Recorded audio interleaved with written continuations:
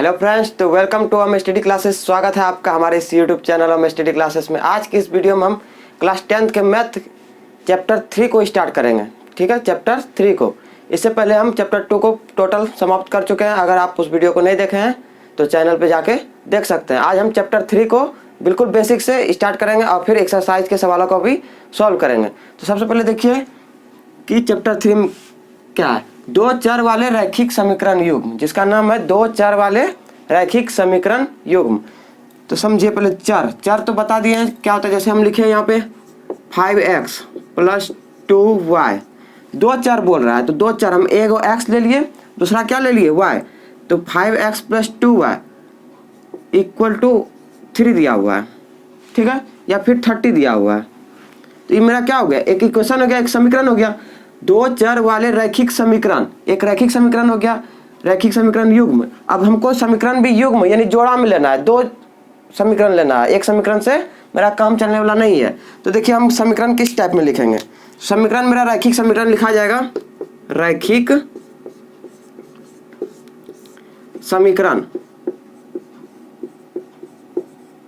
चर तो आप लोग को पता है, x और y क्या है, चर है, और 5, 2 ये सब क्या है, अचर है, अचर राशि है। चर क्या है, x y z कुछ भी सब आ जाए तो चर हो गया। अब देखिए रैखिक समीकरण किसके फॉर्म में रहेगा। तो रैखिक समीकरण रहेगा a1 देते हैं, a1x + b1y + c1 = 0। ये हो गया पहला समीकरण। और युग्म हमको बोला है, चैप्टर क्या बोल रहा है कि रैखिक समीकरण युग्म होना चाहिए। तो युग्म तो नहीं हुआ, ये जोड़ा हुआ नहीं हुआ। अगर हम दूसरा समीकरण लेते हैं तो क्या हो जाएगा, a2x + b2y + c2 = 0।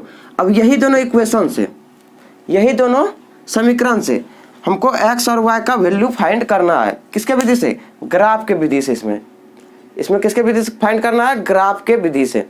तो यहाँ पे x का वैल्यू जो आएगा वो x हो गया, आंसर हो गया, और y का जो आएगा उसको हमको ब्रैकेट में रखना है। सबसे पहले हम किसको रखेंगे, x का वैल्यू जो आएगा उसको रखेंगे, और y का वैल्यू सेकंड में रखेंगे, सेकंड बार में। तो देखिए सबसे पहले x का रखेंगे, x का जो वैल्यू आएगा दोनों समीकरण में रखने पर, दोनों समीकरण को मान पुट करेंगे। अब y का वैल्यू जो आएगा फिर सेकंड पोजीशन पे इसको रखेंगे, ठीक है। अब देखिए यहाँ पे जैसे a1 हम लिखे, b1 c1 ये सब क्या है, ये सब एक नंबर है। यानी कुछ हम जैसे लिख दिए 5x + 3y, 5x + 3y + 2 = 0। अब इसको हम क्या लिख सकते हैं, 5x + 3y = +2, उधर जाके क्या हो जाएगा, -2। तो यही क्या हो गया मेरा समीकरण, ये क्या हो गया समीकरण। अब इससे और एक और समीकरण जैसे लिखेंगे, उससे दोनों से हमको x y का वैल्यू फाइंड करना है। अब जिस विधि से बोलेगा, अगर ग्राफ विधि से बोलेगा तो ग्राफ विधि से फाइंड करेंगे। अब समझते हैं ग्राफ कैसे होता है। अब देखिए ग्राफियन निरूपण हम किस प्रकार करेंगे।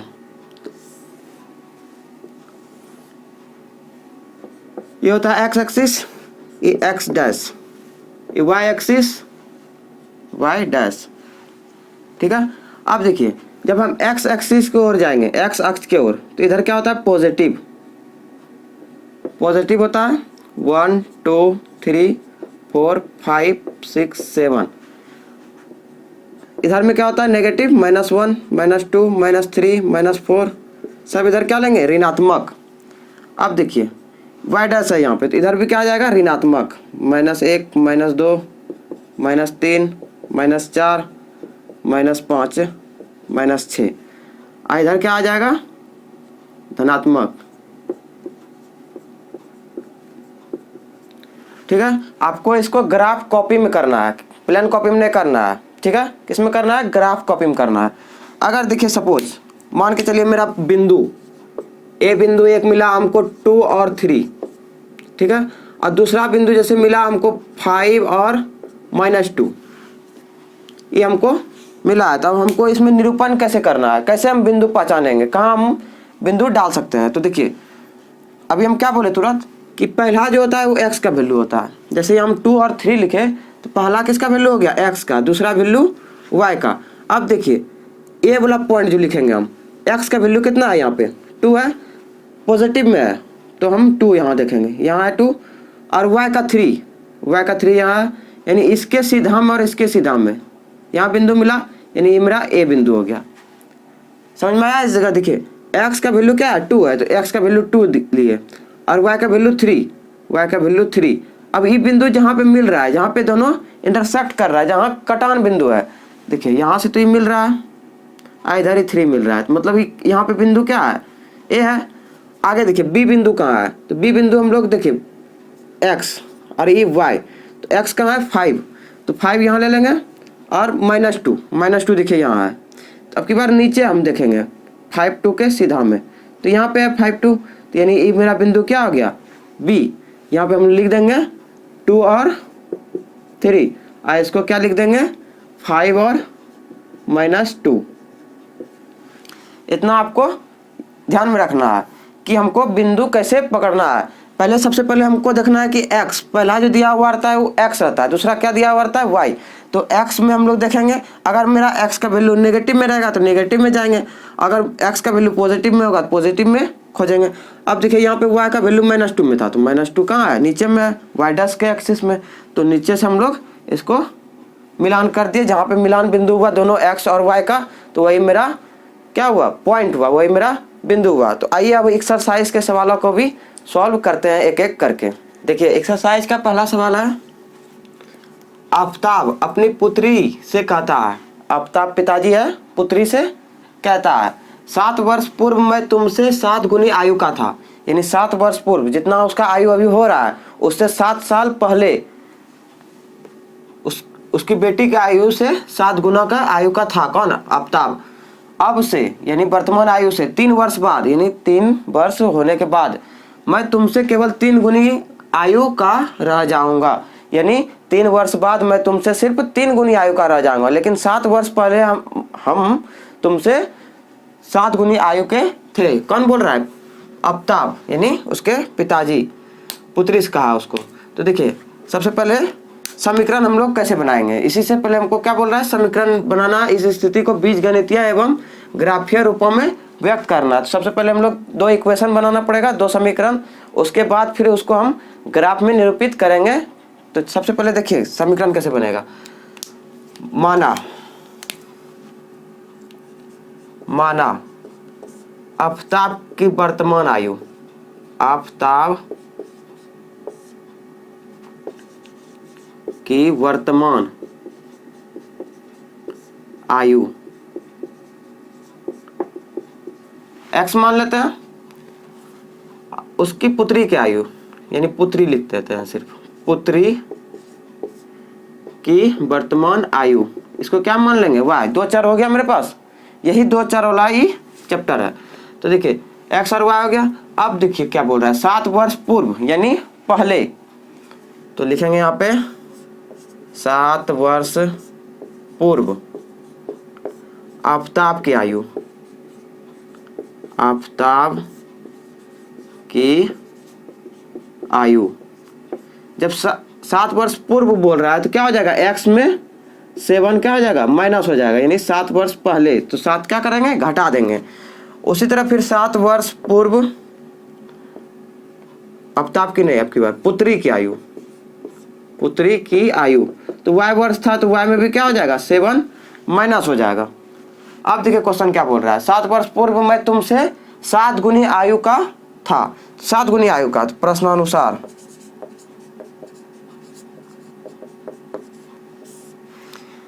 सबसे पहले लिखते हैं पिताजी की आयु।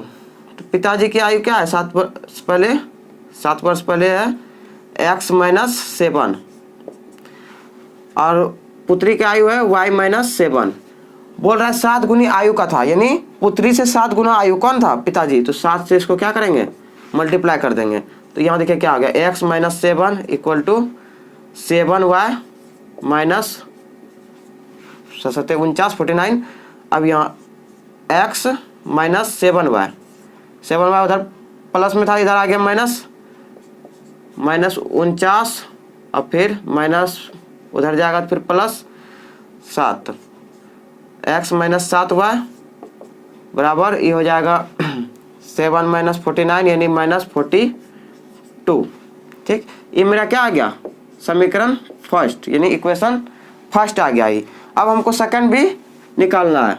अब आगे पढ़िए क्वेश्चन में क्या बोल रहा है।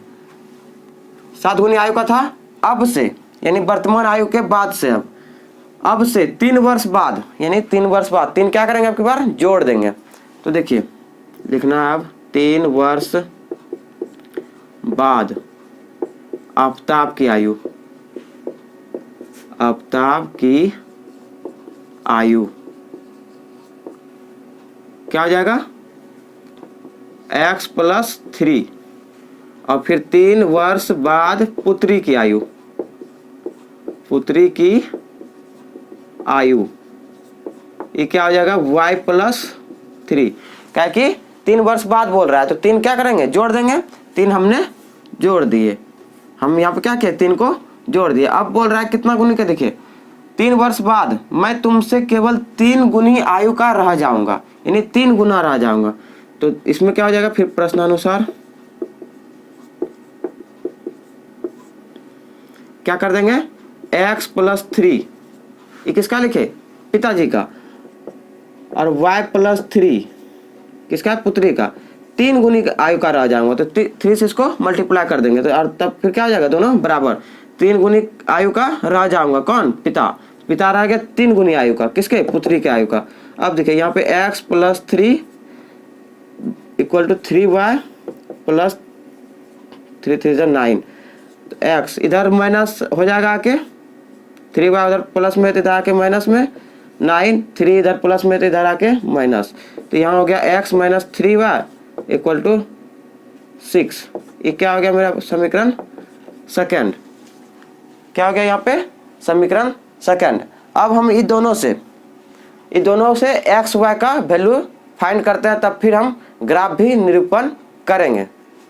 देखिए अब आपको क्या करना है, समीकरण 1 और 2 यहाँ पे है तो लिखेंगे समीकरण 1 से, समीकरण 1 से क्या है x - 7y = -42। अगर हम -7y इधर है x को उधर कर दें तो क्या हो जाएगा -42 - x, कोई दिक्कत नहीं है। अब देखिए आपको एक बॉक्स बनाना है, ठीक है एक बॉक्स बनाना है।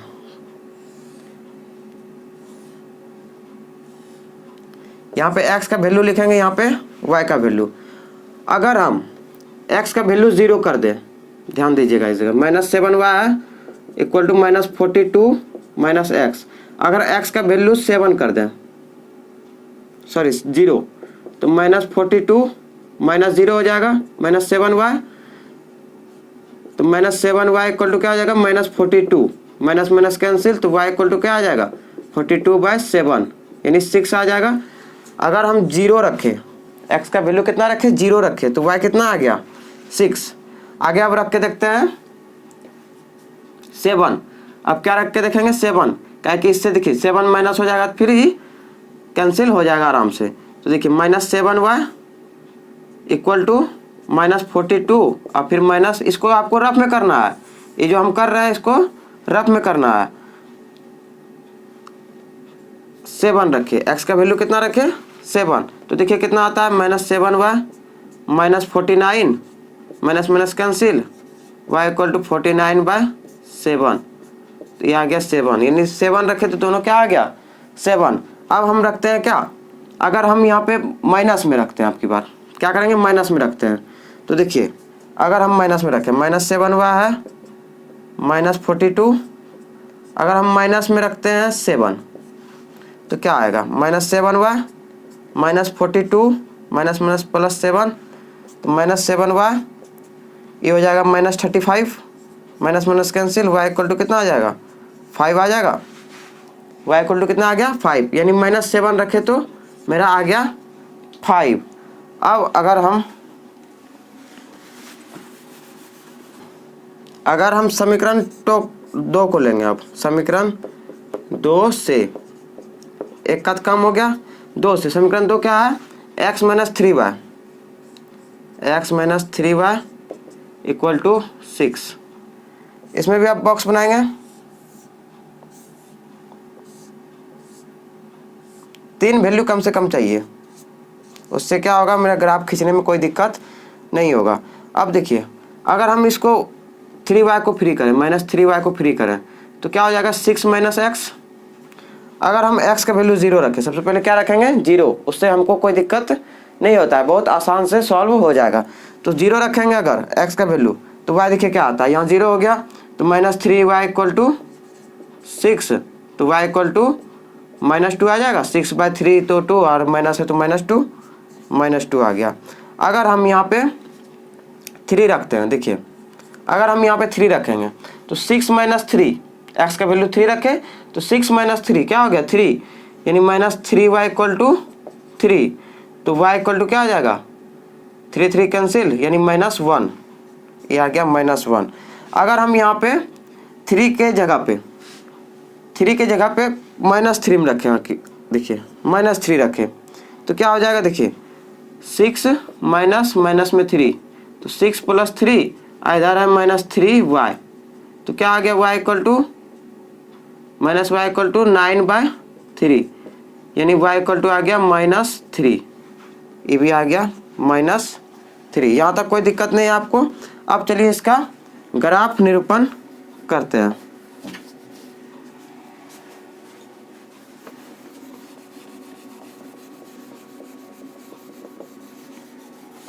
यहाँ तक किसी को कोई समझने में दिक्कत? चलिए अब हम ग्राफ निरूपण करते हैं। आपको ग्राफ कॉपी में करना है, ये नहीं कि एकदम प्लेन पेज में कर देना है, वाइट पेज में ग्राफ निरूपण नहीं करना है। हम सिर्फ बता रहे हैं कि कैसे कैसे आपको करना है। इधर तो पॉजिटिव में होता है, हाईएस्ट वैल्यू कहाँ तक है 7 तक है, तो 7 तक हमने ले लिए। ये x एक्सिस है, ये y एक्सिस है, सॉरी ये x डैश है, ये y एक्सिस है, ये y डैश है। तो इधर क्या आ जाएगा -1 -2 -3 -4 -5 -6 और -7। आगे देखिए 7 तक हाईएस्ट वैल्यू है, 7 तक ही लेंगे हम। 1 2 3 4 5 6 7, यहाँ पे 1 2 3 4 5 6, y का वैल्यू 7 भी है ना, तो आपको क्या करना है, हम अभी मिटाते हैं इस जगह। चलिए 7 यहाँ हो गया, ठीक। अब देखिए सबसे पहले हमको बिंदु अब खोजना है। क्या करना है, बिंदु खोजना है। तो देखिए यहाँ पे क्या है 0 और 6, x का वैल्यू 0, ये पूरा लाइन क्या है 0 है, x का वैल्यू इसमें कितना है 0, और y कितना होना चाहिए, y 6 होना चाहिए, यानी ये वाला 0, यहाँ पे क्या है 0 वाला पॉइंट है, और y का 6, यानी यहाँ पे एक बिंदु मिला, ये हो गया मेरा 0 और 6। आगे देखिए 7 और 7 पॉजिटिव में, x का भी वैल्यू 7 यहाँ है और y का भी वैल्यू 7, तो ये मेरा मिलेगा यहाँ पे आके। हम मिटाते हैं इसको अभी, तो ये मिलेगा मेरा यहाँ पे आके, ठीक है। और देखिए -7 और 5, तो -7 यहाँ है, x का वैल्यू -7 और 5 y का वैल्यू -5, यानी यहाँ पे ये आपको सीधा देखना है ग्राफ में, और इसको क्या करेंगे अब मिला देंगे, सीधा मिलाना है स्केल से। ये हो गया ड्रॉ मेरा। अब देखिए दूसरा इक्वेशन के लिए, इक्वेशन क्या था मेरा, किस इस इक्वेशन के लिए था ये x - 7y = 40 -42 के लिए था ये। अब हम किसके लिए निकालेंगे, सेकंड समीकरण के लिए, यानी 0 और -2, 0 यहाँ पे है -2y का, सॉरी इधर माइनस में होगा सब, -2 यहाँ है, ये हो गया 0 और -2। आगे है 3 और -1, 3 किसका x का, तो x का 3 यहाँ है, y का -1 यानी यहाँ पे। आगे देखिए -3 और -3 दोनों का -3, यहाँ -3 है, यहाँ -3, तो यहाँ पे बिंदु आ जाएगा। अब इसको क्या करना है, आपको मिला देना है, यानी ये क्या हो गया, एक लाइन ड्रॉ हो गया। जो मेरा लाइन है क्या है x - 3y = 6, ये वाला लाइन है। तो इतना आपको निरूपण करना है। ये वाला जो पार्ट करना है ये आपको ग्राफ कॉपी में करना है। समझ गए बात को? किस में करना है? ग्राफ कॉपी में। ये आप ध्यान में रखिएगा। तो अब हम नेक्स्ट क्वेश्चन नंबर 2 को सॉल्व करते हैं। तो देखिए नेक्स्ट जो सवाल है 2 number, question number 2। Cricket team के एक कोच ने 3900 में 3 बल्ले तथा 6 गेंदें खरीदी। 3900 रुपया में 3 बल्ला और 6 गेंद खरीदी। बाद में उसने एक और बल्ला तथा उसी प्रकार के 3 गेंदें खरीदी 1300 में। हमको इसका समीकरण निकालना है, फिर ग्राफ में ड्रॉ करना है। इस स्थिति को बीजगणितीय तथा ज्यामितीय रूपों में व्यक्त कीजिए। तो सबसे पहले हम लोग इक्वेशन निकालेंगे, समीकरण निकालेंगे, तब फिर उसको हम ग्राफ में ड्रॉ करेंगे। तो सबसे पहले देखते हैं समीकरण क्या आता है। तो 3 बल्ला और 6 गेंद पहले खरीदा है वो, तो क्या हो जाएगा? सबसे पहले माना एक बल्ले का मूल्य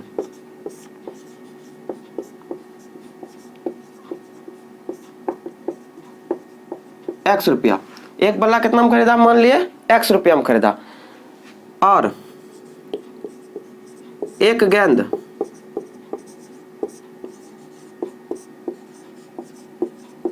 गेंद का मूल्य y रुपया। ठीक है। अब देखिए क्या क्या खरीदा प्रश्नानुसार।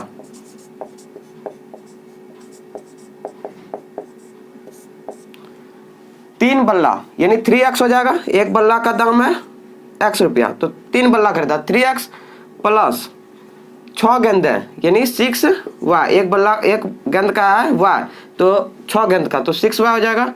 कितना में खरीदा? 3900 में। 3900 3x plus 6y equal to 3900। अब देखिए यहाँ से 3 कॉमन ले लेंगे तो क्या आ जाएगा? x दोनों 3 का मल्टीपल है, तो x कॉमन ले लिए, बच गया यहाँ पे 3 कॉमन ले लिए, x बच गया। और फिर यहाँ 3 2 जा 6, 2y अंदर में रह गया। अब यहाँ देखिए 3900 है, 3 यहाँ मल्टीप्लाई में है, तो उधर जाके क्या हो जाएगा? बटे में। अपोजिट साइड ले जाएंगे तो क्या हो जाएगा? डिवाइड, भाग हो जाएगा। तो x plus 2y equal to 3900/3। अब इसको जब कटाएंगे तो क्या हो जाएगा? 1300 यानी x plus 2y equal to 1300। समीकरण फर्स्ट। इसको क्या मान लेंगे हम? समीकरण पहला। अब देखिए फिर बाद में उसने क्या क्या खरीदा। फिर बाद में एक बल्ला खरीदा, तो एक बल्ला का दाम कितना? x रुपया। फिर उसी प्रकार के 3 गेंदें खरीदा, यानी एक गेंद नहीं 3 गेंद खरीदा, तो एक गेंद का मूल्य है y रुपया, तो 3 गेंद खरीदा तो 3y हो जाएगा। कितना में खरीदा? 1300 में, तो 1300 बराबर कर देंगे। अब देखिए यहाँ पे तो कुछ कॉमन आने वाला नहीं है, तो कॉमन नहीं लेंगे। ये समीकरण हो गया सेकंड। ठीक है, ये क्या हो गया? समीकरण सेकंड। अब देखिए समीकरण फर्स्ट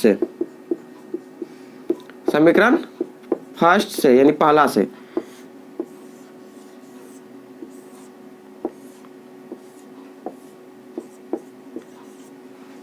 अगर हम x का वैल्यू देखिए, यहाँ पे हम x को अपोजिट साइड ले जाएंगे तो 1300 माइनस क्या हो जाएगा? x। कोई दिक्कत? अब देखिए यहाँ पे अगर हम x का वैल्यू 100 रखेंगे, क्या रखेंगे? 100 अपने मन से रखें, तो 1300 में 100 माइनस हो गया कितना? 1200। तो 1200 2y इक्वल टू 1200 हो जाएगा। तो y इक्वल टू क्या हो जाएगा? 1200/2 यानी 600। y आ जाएगा 600। अगर हम देखिए x का वैल्यू 300 रखें, यहाँ पे x का वैल्यू कितना रखेंगे? 300। तो 1300 में 300 माइनस हो जाएगा, कितना बचेगा? 1300 में 300 माइनस हो जाएगा तो 1000। तो 2y इक्वल टू यानी 2y इक्वल टू 1000, तो 1y इक्वल टू कितना हो जाएगा? 500। अगर हम यहाँ पे अब x का वैल्यू 500 रखें, देखिए क्या आएगा? 2y इक्वल टू 1300 में 500 माइनस हो गया कितना? 800। तो y इक्वल टू कितना? 400 हो जाएगा। तो y आ गया यहाँ पे 400। अब देखिए ये समीकरण पहला का निकल गया सब पॉइंट मेरा। अब दूसरा समीकरण का क्या क्या है? समीकरण 2 से क्या? x plus 3y। अगर हम 3y को लिखेंगे, फ्री करेंगे तो 3y इक्वल टू क्या आ जाएगा 1300 माइनस में x। ठीक, अब x का वैल्यू रखेंगे, फिर हम y का वैल्यू ऑटोमेटिक हमको मिल जाएगा उसी से x y। अब देखिए अगर हम x का वैल्यू 100 रखते हैं, इसमें भी 100 रखे थे, इसमें भी 100 रखे, तो क्या हो गया 1300 में 100 माइनस हो गया, 1300 में 100 माइनस हो गया, क्या बचा 1200। 3y इक्वल टू देखिए 3y इक्वल टू 1200 यानी 1200, तो y इक्वल टू क्या आ जाएगा 1200 बटे 3 यानी 400। यहाँ पे आ गया 400, कोई दिक्कत। आगे देखिए अगर हम x का वैल्यू 400 रखें, क्या रखेंगे 400, पूरा पूरी कटना चाहिए, तो 1300 में 400 माइनस हो गया, कितना हो गया बचा 900, तो 3y इक्वल टू 900, तो y इक्वल टू 900 बटे 3 यानी 300। आगे अब रखेंगे हम 700, क्या रखेंगे 700, तो अगर 700 रखे तो 1300 में 700 माइनस हो गया, कितना बचा 600, तो 3y इक्वल टू 600, तो y इक्वल टू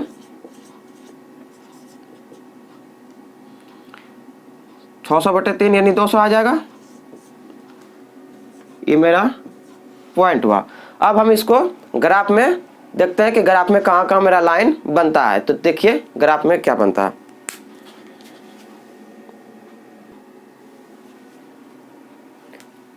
अब देखिए सब पॉइंट हम लिख दिया यहाँ पे, 100 200 500 ये सब निकला हुआ है। अब देखिए सब 100 का मल्टीपल है, 500 400 300 200 सब क्या है 100 का मल्टीपल है, तो हम जो डिफरेंस देंगे पॉइंट बनाएंगे कितना का 100 डिफरेंस का। ठीक, y का हाईएस्ट वैल्यू 600 है, 100 200 300 400 500 600 700, ये हो गया x डैश, y डैश और y एक्सिस। पॉइंट लगा देंगे। आपको इसको ग्राफ कॉपी में करना है, ये जो करना है आपको ग्राफ कॉपी में, इधर माइनस में नहीं प्लस में होता है, 200 300 4 500 600, छोटा छोटा लिखना पड़ेगा, नहीं आ रहा है साइज, 500 600 और 700। इधर नेगेटिव में होगा ऋणात्मक, इधर क्या होगा धनात्मक।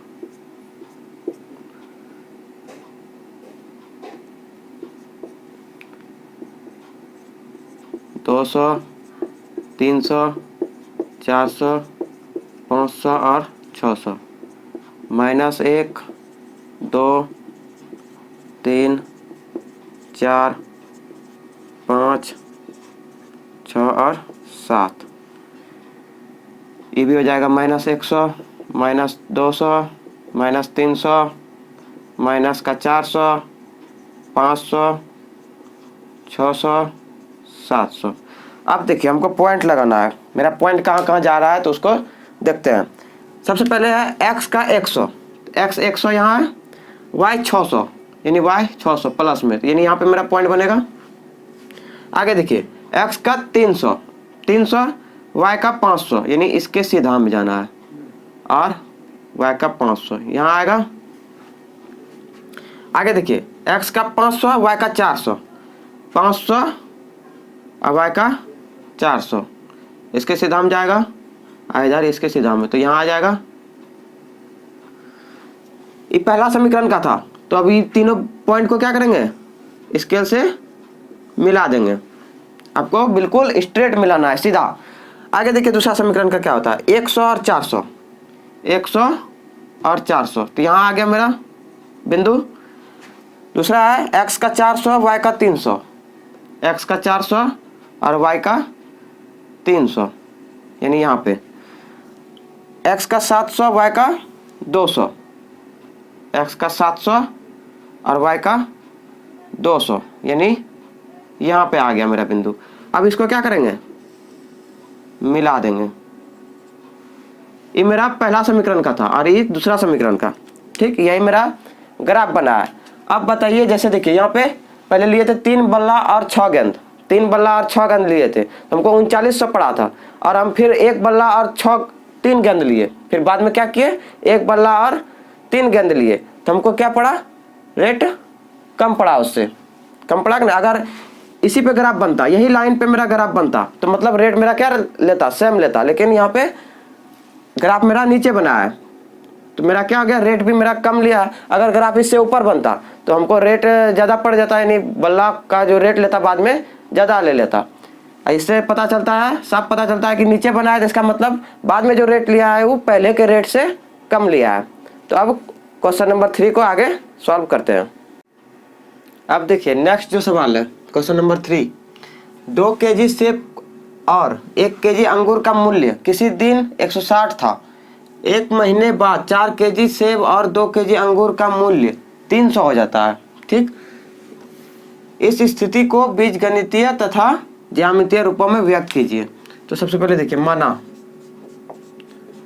माना 1 केजी, 1 केजी लिख देते हैं इसको, 1 केजी सेब का मूल्य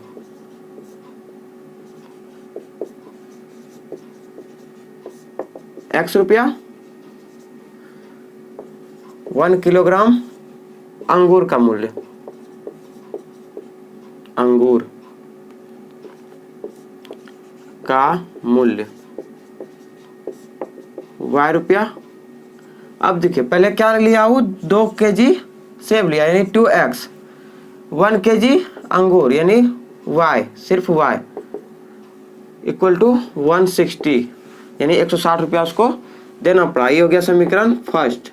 आगे देखिए फिर क्या क्या, अगले महीने 1 महीने के बाद 4 केजी यानी 4 केजी वो ले लिया सेब, 4x, 2 केजी अंगूर 2y इक्वल टू 300। अगर इससे हम कॉमन ले लें 2 तो 2 2 जा 4x, 2 चला गया बाहर, बच गया y 300। तो 2x plus y equal to कितना, 300/2 यानी 150 आ जाएगा। ये हो गया समीकरण सेकंड। अब देखिए समीकरण 1 से क्या क्या आएगा वैल्यू, एक्स वाई। समीकरण 1 देखिए यहाँ है 2x plus Y equal to 60, 160।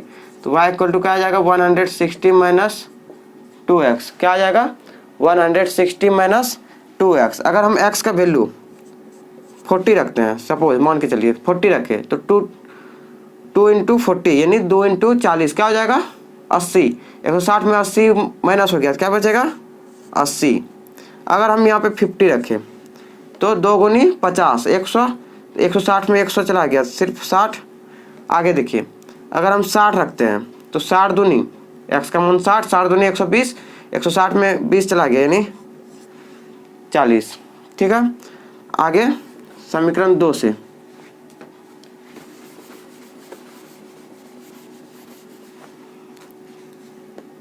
समीकरण 2 से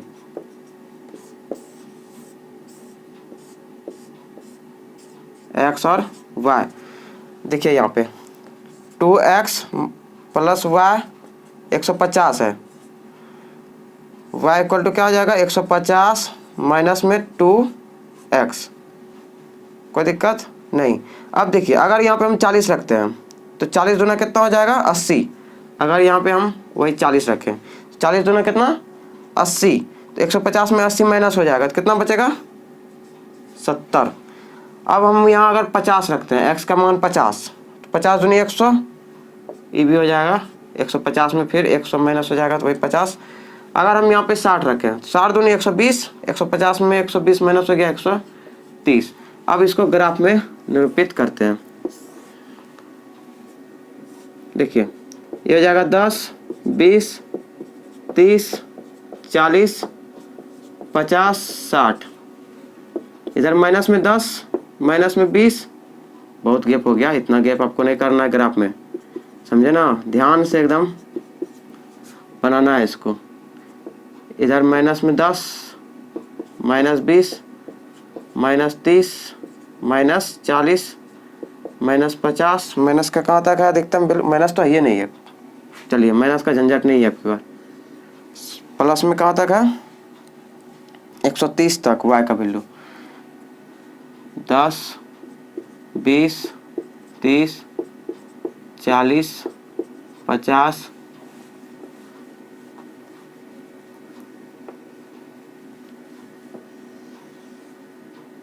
60, 70, 80, 90, 100, 110, 120, 130। चलिए लास्ट चला गया, कोई दिक्कत नहीं है। अब देखिए पॉइंट हमको खोजना है। 40 और 80, x का 40 यहाँ है, y का 80। अरे भाई तो यहाँ। अब देखिए हम ग्राफ चेंज कर देते हैं। क्या करेंगे? उसमें मेरा स्पेस नहीं बच रहा था, इसलिए फिर से बनाते हैं नीचे। आपकी बार क्या करेंगे? सेंटर यहाँ ले लेते हैं। आपको क्या करना है? ग्राफ में बीच में लेना है एकदम, ठीक? क्या कि इसमें नेगेटिव वाला एक भी पार्ट नहीं है। नेगेटिव वाला पार्ट है नहीं, इसलिए हम नेगेटिव वाला छोटा छोटा लिए।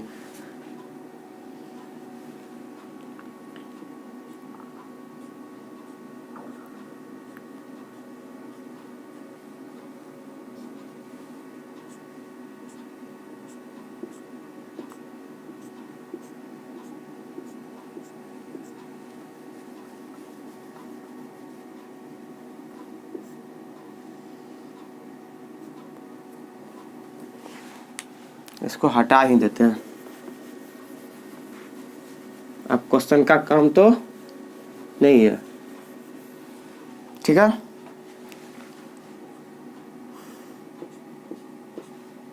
ये हो गया x axis, x dash, y dash. 10 सबका गुणांक है, 10 का गुणांक है सब। तो क्या डिफरेंस कितना का रखेंगे? 10 का 10, 20, 30, 40, 50, 60, 70, 80, 90, 100। इधर हो जाएगा 10, 20, 30, 40, 50, 60, 70, 80, 90, 100, 110, 120 और 130, ठीक है? 40 और 80 इधर भी लिख देते हैं, थोड़ा इधर भी जरूरी है। ऐसे कम तो नहीं पड़ेगा, लेकिन लिखना फर्ज बनता है दोनों साइड। -10, -20, -30, -40, -50, -60। अब देखिए 40 और 80, x का 40 यहाँ है और 80 किसका? y का। तो चलिए देखते हैं कहाँ जा रहा है ट्रेन, कहाँ मिल रहा है। चलो मिल गया यहाँ आके, ठीक? आगे 50 और 60, x का 50, y का 60 यहाँ पे मिलेगा। फिर x का 60, y का 40। चलिए यहाँ पे मिला। देखिए है ना सीधा, आपको ग्राफ में एकदम स्ट्रेट देना है। ये हो गया किसका? पहले वाला समीकरण का लाइन ड्रॉ, ठीक? अब देखिए सेकंड इक्वेशन का 40 और 70। 40 और 70 कहाँ चला गया? 70 यहाँ आ गया, ठीक है? फिर 50 और 50, 50, 50। आगे देखिए 60 और 130, 60 यहाँ है और 130।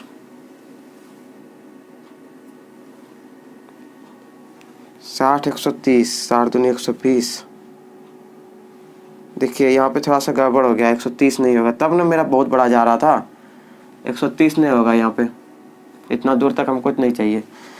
अगर यहाँ पे हम 60 रखेंगे तो 60 दूनी 120, 120 माइनस हो जाएगा तो यहाँ 30 हो जाएगा वैल्यू इसका, ठीक? तो देखिए 60 और 30, 60 यहाँ हो गया, 30 ही तो यहीं आ रहा है तब ना। अब देखिए अब क्या हो गया, ये स्ट्रेट हो गया और ये भी एक लाइन स्ट्रेट हो गया। ये पहले वाला समीकरण का है, किसका है? 2x plus y equal to 160। आई है 2x plus y equal to 150। जैसा यहाँ पे मिस्टेक हो गया था, 130 दे दिए थे, 130 तक नहीं जाएगा। ये कहाँ तक जाएगा? सिर्फ 100 तक दीजिए ना आप, 80 तक कोई दिक्कत नहीं आ जाएगा उसी में। 60 देखिए यहाँ पे 60 रखेंगे, x का वैल्यू 60, तो 60 दूनी 120, 150 में 120 माइनस हो गया 30, वहाँ का कितना आ जाएगा 30। अब हम इसको ड्रॉ कर दिए। अब बताइए कि 2 kg सेब और 1 kg क्या अंगूर ले रहे थे, तो हमको पड़ रहा था कितना 160 रुपया। अब फिर अगले महीने 4 किलो सेब और 2 किलो अंगूर लिए तो हमको 300 रुपया पड़ा। तो क्या ये हमको सस्ता पड़ा या महंगा पड़ा? तो देखिए ग्राफ मेरा नीचे बन रहा है, सेकंड ग्राफ कहाँ बन रहा है, अगले महीने वाला ग्राफ नीचे बन रहा है, तो मतलब हमको थोड़ा सस्ता पड़ा, रेट थोड़ा क्या हो गया, भाव कम गया। अगर मेरा ग्राफ ऊपर बनता, पहले वाला ग्राफ से ऊपर बनता, तो मेरा क्या होता, रेट हमको ज़्यादा पड़ता, यानी अंगूर का रेट और सेब का रेट क्या होता, बढ़ जाता, जिसके कारण हमको ज़्यादा पे करना पड़ता। तो आज की वीडियो में इतना ही रहने देते हैं। अगर वीडियो अच्छा लगा है तो ज़्यादा से ज़्यादा इसको लाइक कीजिए, शेयर कीजिए और चैनल को सब्सक्राइब भी, देखिए सब्सक्राइब आ रहा होगा, ठीक है ना, दिख रहा है आपको, तो सब्सक्राइब भी जरूर कीजिए। तो मिलते हैं इसके नेक्स्ट यानी एक्सरसाइज 3.2 वाले वीडियो में। कौन? एक्सरसाइज 3.2 वाले वीडियो में। तो तब तक के लिए बाय बाय, जय हिंद। और हाँ, चैनल को सब्सक्राइब भी जरूर कीजिएगा। तो बाय बाय।